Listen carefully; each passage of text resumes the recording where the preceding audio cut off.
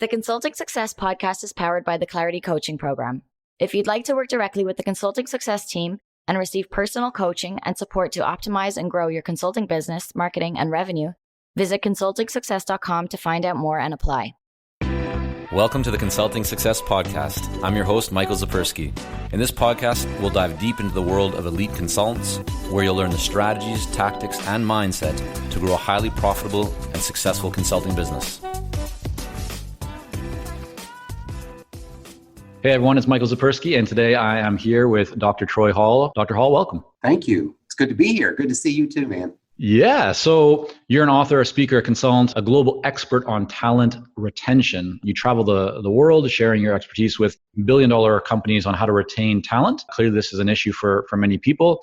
Your clients range from prestigious universities to national credit unions, and your PhD is in global leadership. Tell us a little bit more about kind of like how you got to where you are. What kind of things did you study along the way, and what jobs or kind of career path led you to where you are today? Sure. So now this is really a short podcast, so I shouldn't go back to the very beginning of time, correct? Not the beginning of time, just, you're a young guy. A few years will do. A few years. Well, thanks very much for that. You're welcome. The interesting thing is, so I'll start out by saying this. We had our daughter. We knew she was an authority waiting to happen. She grew up to become a police officer, and then she transitioned into, the private sector after that.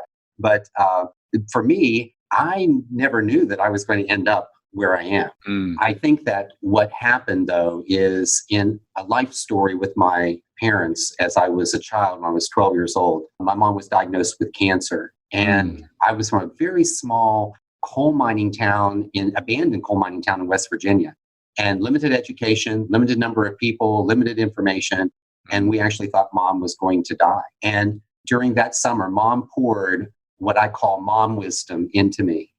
And she talked about the relationships with people and why it would be important to continue that. And what mom was doing was building me as a leader at that particular point in time and not even recognizing or realizing it. And then through my professional career, working in financial services, and then my academic pursuit with business, and then PhD, MBA, those items, I find myself recognizing that in organizations, individuals who are talent experts are individuals who keep the talent in the organization, and that falls on the responsibility of leadership. So that's sort of how I got here. It was those mom wisdom conversations that drove me to be a person who related to people. And I think I'm a teacher at heart. I love sharing information. One of the things we talk about in some of the workshops that I do is how important knowledge is as power, but you have to finish the rest of the sentence. You see, knowledge is power when it's put into action.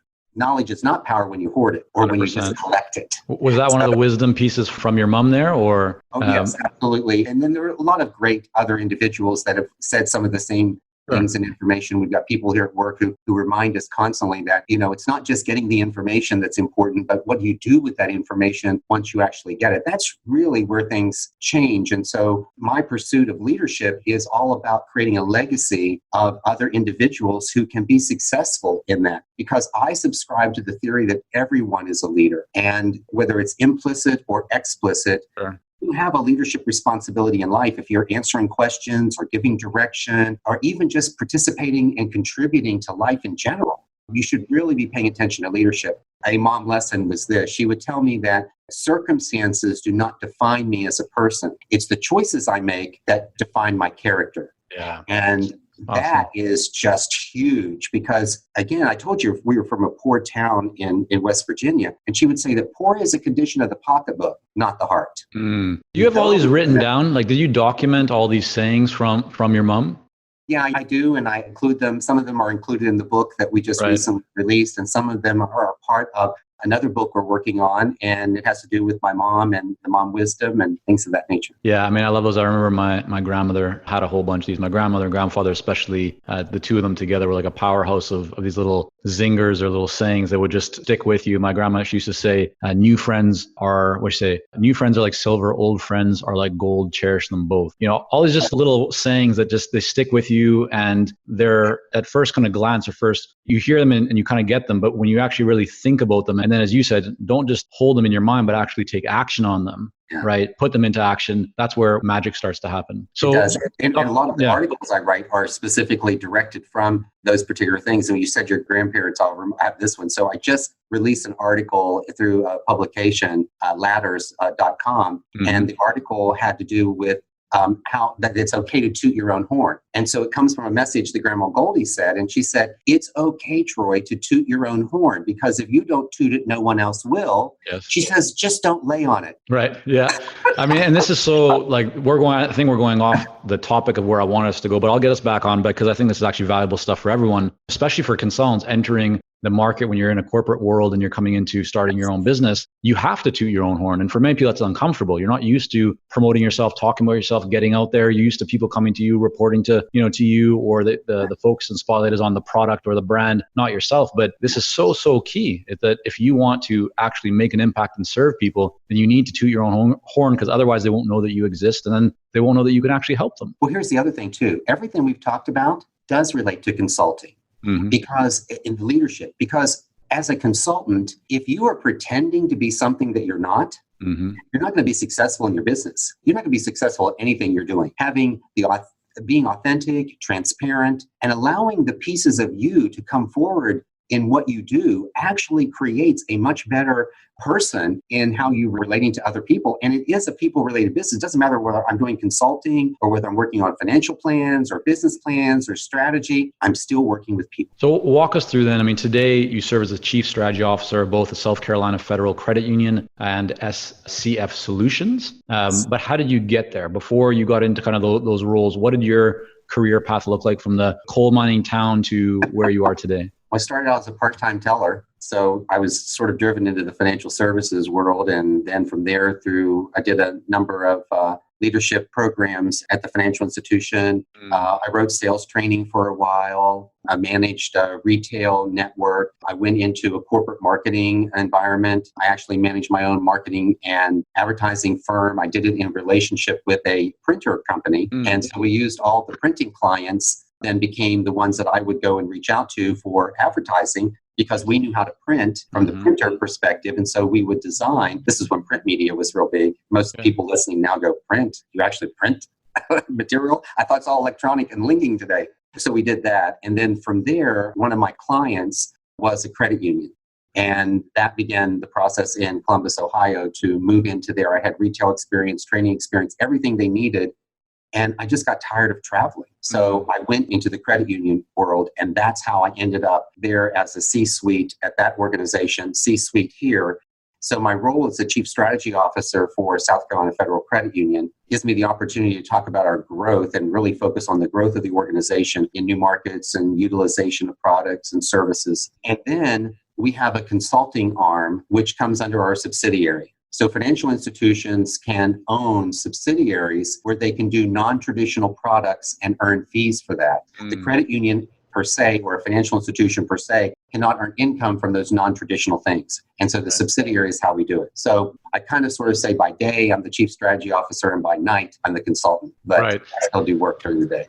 And I think, on your website, you explained that 63% of employees are actively looking for a new position. So it's very expensive for an organization to replace them in terms of hiring them and training them and all that kind of stuff that's involved. There's a lot of consultants that tackle the areas of employee turnover and just everything related to retaining and attracting top talent. How do you create differentiation? What are you actively thinking about in terms of your positioning and even just your day-to-day activities that allows you to stand out and have people say, oh yeah, I want Dr. Hall and his team to help us? Well, it started out because South Carolina Federal Credit Union has been named and recognized under multiple organizations as the best place to work. And with my PhD, my dissertation was in group dynamics, with specifically studying cohesion and the impact of cohesion on teams in performance and the desired outcomes. And what we worked on here in this organization was, through our culture, was creating this environment to become a best places to work. And people would often ask me, how are you guys doing it? And that prompted us to start thinking about it more seriously as opposed to just doing it. And then I had the opportunity to write the book, which is the Cohesion Culture book, and bring all of those particular pieces and information in. Because as a consultant, the one thing that's very important is to have proof of performance. And so the credit union serves as a living laboratory for what information I am going to present as a consultant, because individuals want to know that you have a track record and that what you're speaking is really going to change and make a difference. And they want to know that you have their best interest at heart in what you're doing. And so with the fundamental principles of the book and of the cohesion culture, you'll see that that translates right into my consulting work. And are the clients that you're getting for the consulting business, are they all coming from the credit union? Are you kind of just going out into credit union businesses, or people use like, is that the source? Or are you and your team actively going out to generate new leads, knock on doors, to create new conversations with ideal clients that have no direct connection to the credit union? So we are in both spaces. So we are in not only the credit union space, but the non-credit union space. So again, our subsidiary allows us to be able to do that. Right. And it's interesting that you said knock on doors, because I'm thinking like, we're not doing that. That would be like printing a brochure and sending it to you. More of what we do is through the intelligence of targeted marketing, and specifically through social media platforms like LinkedIn, or using Google Ads or information like that where we believe that our clients are. We do that. And of course, we leverage, I have a 40-year career. Do not let the hair color fool you. Well, you have more hair than I do, so any color is better than mine. I was waiting for that. That was a bump. Got you. Okay. Yeah. Okay. But so that's how we go after the clients. And then there's a referral basis, and I have a network. And so we just simply reach out to the network. And I've worked in the automotive industry. I've worked in healthcare industry, manufacturing. And what's also helpful to know is that although you might think that consulting would just be for other credit unions, we actually have a number of business clients who actually can use the services that we offer through the consulting arm. And it's a great win-win because it creates value added for our member base, as well as what we might do for other client credit unions that would become part of the network. And so you mentioned the marketing, you're doing some Google Ads or LinkedIn or social media.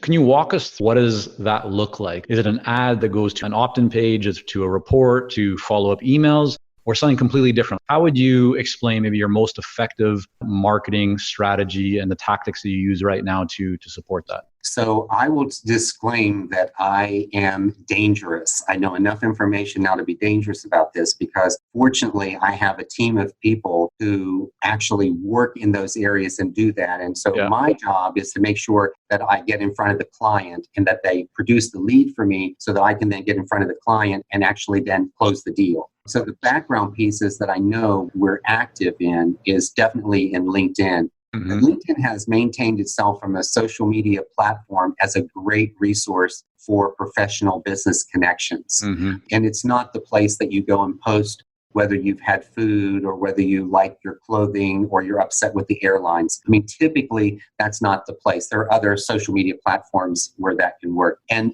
as long as you're leveraging that correctly, and then there are some little bit of opportunities that you can place some ads through other websites, other areas, Facebook. You can do some targeted things. But for the most part, we will use LinkedIn and mine data from there and actually make the further connection. One thing, Dr. Hall, that I actually really like about what you just mentioned is that you understand at a high level kind of what's happening on the marketing side and the lead gen side, but that's not your focus, right? No. Your focus is on serving the clients, getting in front of them, having those conversations. And I think that's okay, right? Especially when you reach a certain level in the business, your focus should not be on everything. And the fact that is if you know everything of what's going on, it means that you don't know enough about the areas of mastery. And so I think that's great that you've built a team. And for a lot of people might be listening going, well, I don't have the financial resources to do that and I need to do it all myself. Maybe not, right? There's always ways that you can find smaller teams, contractors that can start to kind of help you in certain areas. You don't want to offload all of your marketing too early because you need to understand who your ideal clients are and your messaging. Get that stuff, the foundation placed by yourself or with some support around that. But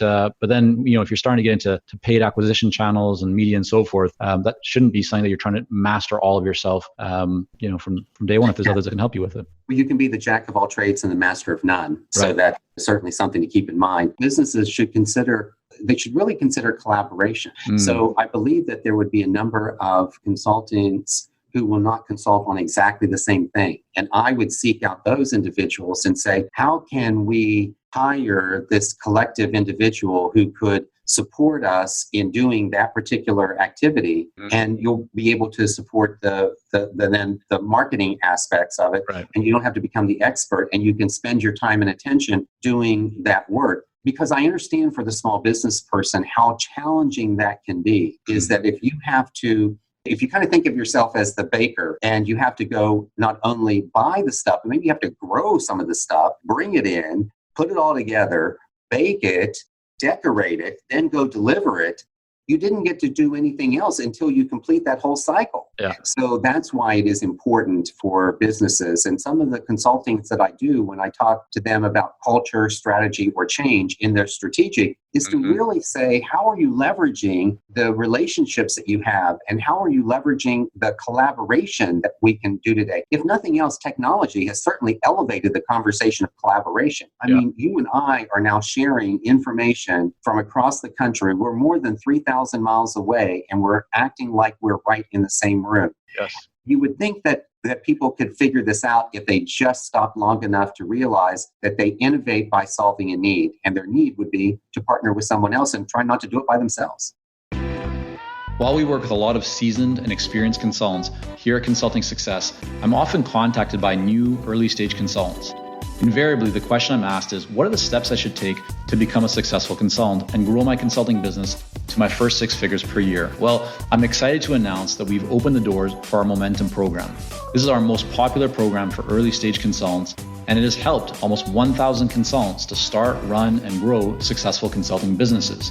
It gives you the step-by-step plan to help you with your messaging, your fees, and pricing strategies, how to win more proposals, how to go to market more effectively, developing a marketing system to generate leads consistently, and so much more. And right now, until September the 19th, you can sign up for Momentum and get 50% off the regular price by going to consultingsuccess.com/audio. That's consultingsuccess.com/audio, AUDIO. Only 100 spots are available to join Momentum and get 50% off. This deal is only available until September the 19th or until all 100 spots are gone. We won't be opening up new spots in this program for several months, so don't wait. Go to consultingsuccess.com/audio. That's consultingsuccess.com/audio, AUDIO.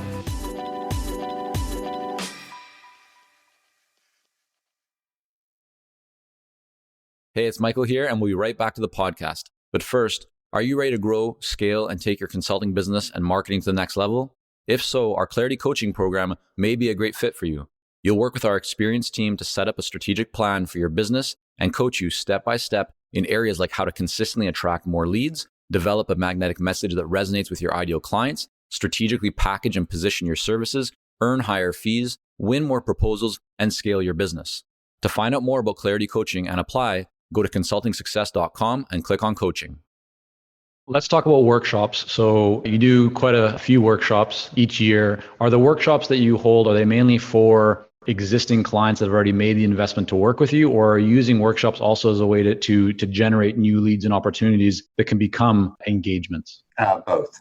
Both. Okay. So let's start with the ones you're using as a lead kind of generator. How are you approaching those, or what have you found that has been most effective to get people not only into a room, but then to actually be able to move them from sitting in the chairs to becoming clients? Okay, so this is self-serving, but I guess since I am the featured speaker today on the podcast, I'm allowed to be a little self-serving. Let's see where it goes, and I'll tell you how self-serving you can be. Okay. So one of the angles that we've used to generate some new business is through the book.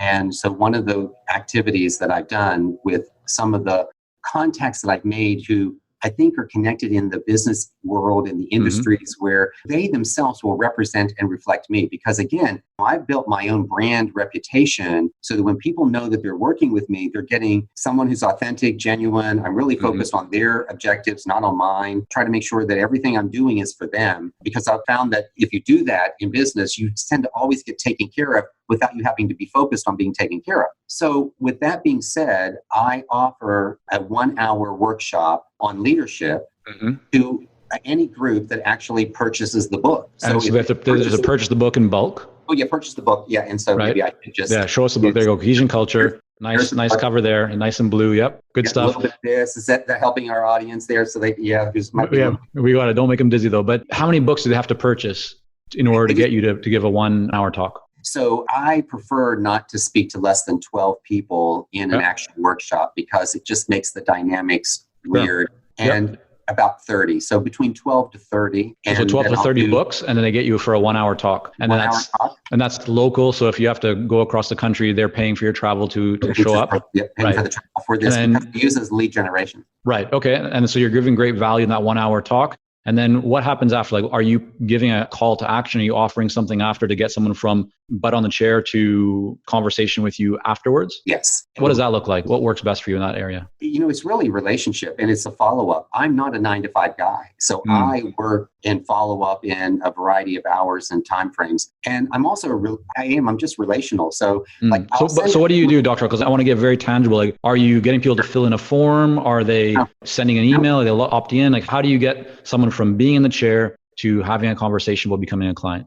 It's through my interactions with them. So I will personally connect with them through LinkedIn, which is what I really try to connect through all of this. So you're getting a list of all the attendees. You can see who they are, their names, contact info, and then you're just kind of going out one by one, starting to build a relationship with them after they've attended the 1 hour talk. Yes. Got it. Okay. So there's no mechanism that you're kind of offering like during that 1 hour where you say, go to this page, sign up, request this, request that. It's just one-to-one relational after the talk. Yes. But one of the things I'll do so let's say that I have someone who wants to just go right into the consulting piece. So I've got two particular things. One, I have a cultural assessment tool that we use. And so that can be administered online. And so I will do the online administration through the organization. And we get the results back. We'll run the results through our statistical analysis. We will then provide a report to the organization. And then I will spend time with that leadership team, a couple of hours if they would like to digest the material, half day. Just, we'll work through what that looks like for them. And so that's one mechanism that I use in the consulting world. And to even sometimes before I even get there, when folks come and they say, I need some help with this culture thing, how do I do this? I say, you need to go back and do 3 things. These 3 things are free. They're on the house.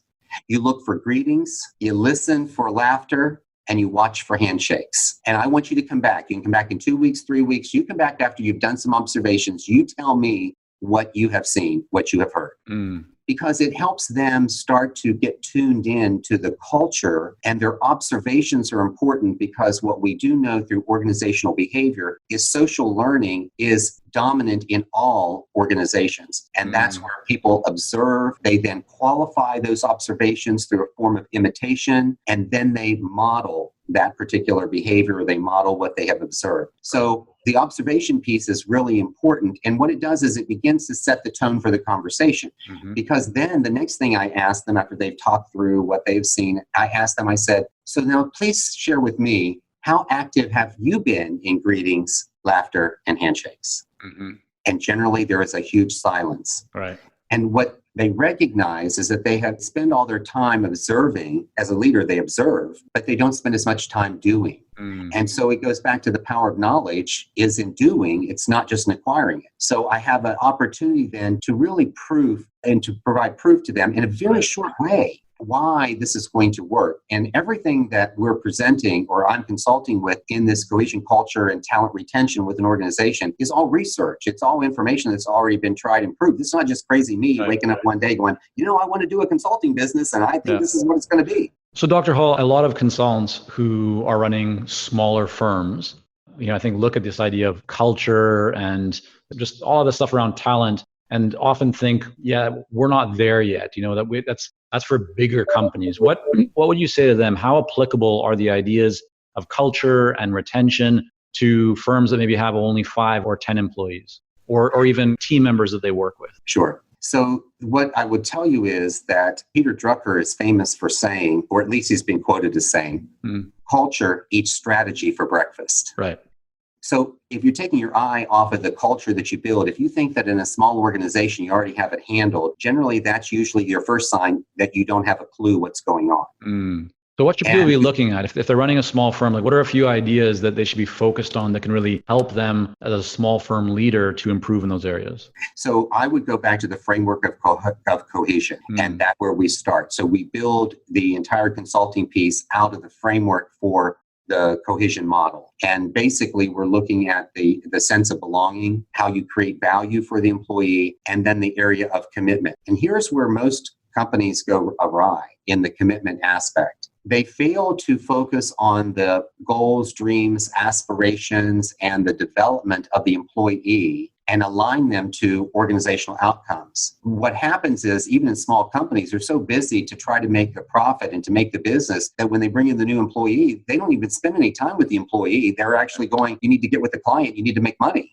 Everything has been driven to the organizational outcome and the employee is left out. So what you want to be thinking about, and this is important for leaders should have self-regard. And that's why I said, when a leader says, oh, I think I have this handled, that's usually the first clue you don't have it handled. And it's having that opportunity to take a look and say, how do I make this better? That would be the right leader to work with in this aspect, because they're saying, oh, I'm already open to something new and different that I hadn't thought about before. And the aspect is to say, how are you creating the sense of belonging? Because what we know is that humans, we are designed to cohabitate. We want to affiliate with people. We even seek out clubs and organizations to belong to people who have the same value systems that we have.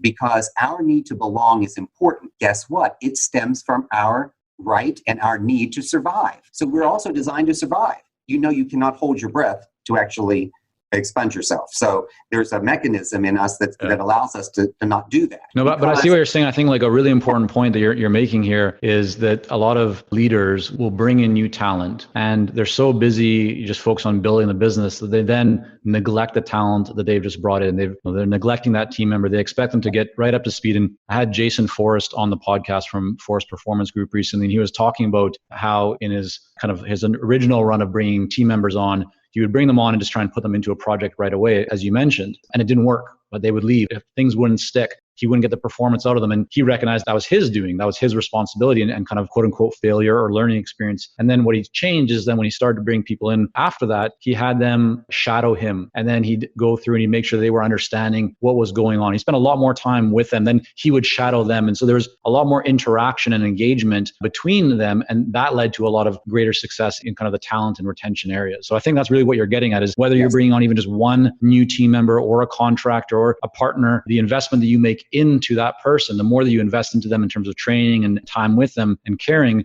the more that you're going to get back from that. It's absolutely accurate. And here's the other thing too. You get residual value from that because as you're pouring into that individual, you're actually pouring into the whole community around you. Because when you raise one individual within your community or within your working environment, however you want to consider that, you raise one person, everybody raises. Right. So you spend time with that one person, there's a residual value that's coming down the line for the others. You just can't see it as much as you can when you're working more directly one-on-one with an individual. And companies and organizations say that their employees are their greatest assets, but yet they don't treat them in that way. And if you go, and you mentioned earlier in the podcast that there was a lot of literature about retention and about that. I'm going to disagree with you slightly. The information is titled, but if you read the subtext, very little is about retention. Most everything is driven toward this whole acquisition aspect, which is why I speak on the fact that it's not about acquisition, it's about retention. If your talent team did the right job bringing people in based on the core values of what you want, shouldn't you then be in a position to retain them? If so, what do you do to retain them? That's where the thing has fallen apart. And that's what the cohesion culture model actually allows the organization to do, is to say, now invest in this person. So in cohesion, we look at belonging, which is that I have now part of something. Value. Do I have purpose and meaning in what I actually do? Do you connect what I do to the organizational outcome in a way that I feel good about myself? And then when you commit, do the leaders of the company commit to the employee first and then attach the employee success to the organizational success? When you do that, you have cohesion. And here is why you go for cohesion. And this is why the consulting part for me works, because cohesion is a causal phenomenon. When you have cohesion present in any team or concept environment, you get performance. And what is the type of performance you get? You get the employee engagement you're looking for. You're getting loyalty. You're getting I go beyond. You're getting, you know what's actually really interesting about this, Dr. Hall, is that I think about many of the consultants that we work with in our Clarity coaching program, and we have a similar discussion, but not about talent necessarily or retention, although actually it is retention, but it's retention around clients, right? So there's a big focus in the marketing area on bringing in new leads and bringing in new clients. But very often people forget about their existing clients, or they think, okay, I need to generate more revenue. The first place their mind goes is, oh, I need new clients to do that. But they've neglected their existing clients, their past clients, and those could actually be a much better source of new and additional revenue for them. Sure. And creating a cohesion culture for your client base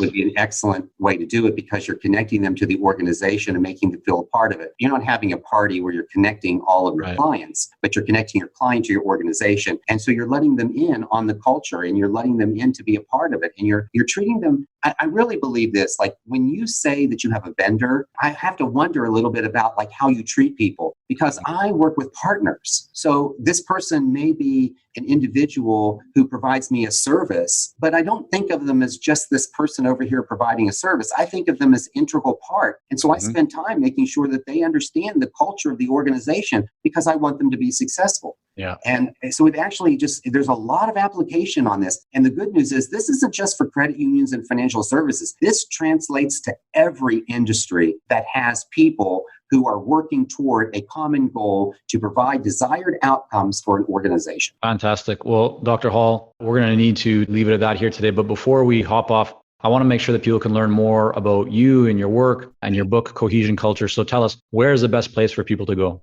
Okay, so if you would like to get your own personal copy of the Cohesion Culture, you go to Amazon.com, search Cohesion Culture will come up and it'll be delivered right to you. You want to find out more about me, you can connect me in all social media platforms as Dr. Troy Hall, Dr. Troy Hall. And you can go to the website, drtroyhall.com. It'll talk about the book, speaking, consulting, all the kinds of things that I do. And I appreciate the opportunity to share that information. We'll have all that linked up in the show notes, everyone. So just head over to consultingsuccess.com, type in Dr. Hall or Troy Hall, and you will get all that info, all the links. Dr. Hall, thanks so much for coming on.